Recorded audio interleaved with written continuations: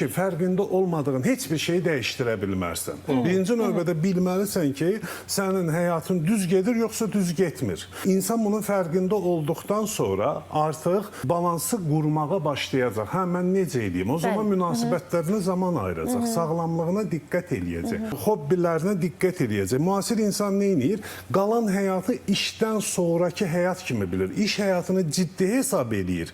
Digər həyatını onun qədər ciddi hesab eləməyə bilir. O nöqteyi nəzərdən bunların önəmini anlamalıdır. Birinci növbədə. Çünki önəm vermədiyin şeyə görə resursunu, vaxtını, enerjini, əlaqələrini, heç nəyini sərf eləmərsən. Höte nə demişdi? İnsanlar pul üçün sağlamlığını verirlər, sonra sağlamlıq üçün pullarını verirlər. Nəticədə ortada absurdizm deyilən bir şey çıxır. Kritik nöqtə nədən ibarətdir?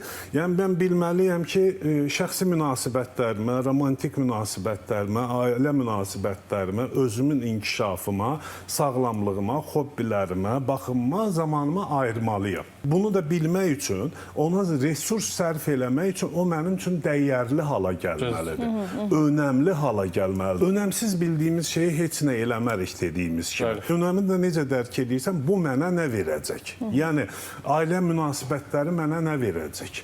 Və yaxud da ki, sosial münasibətlər, dostlara ayırdığım zaman mənə nə verəcək? Bunu anladıqdan sonra insan ondan sonra onları nizamlaya bilir. Beyin həmişə çox mükəmməl işləyir. Sadəcə bəzən yanlış proqramları, xüsusən də bugün reklam marketinq bombardımanı nəticəsində həddindən artıq yanlış proqramlamalar gedir və müasir insanın problemi hərəkətə keçməkdən çox dayana bilməkdədir. Bugünkü insan deyək ki, daha produktivdir, daha çox imkanlıdır, daha çox sərvət sahibidir, əvvəlki dövrlərə nisbətən. Ancaq bugünkü insan özünü itirir, daha çox robotikləşir. Kritik nöqtə bunun üzərində. Yəni, birinci əsas odur ki, insan fərqinə varsın.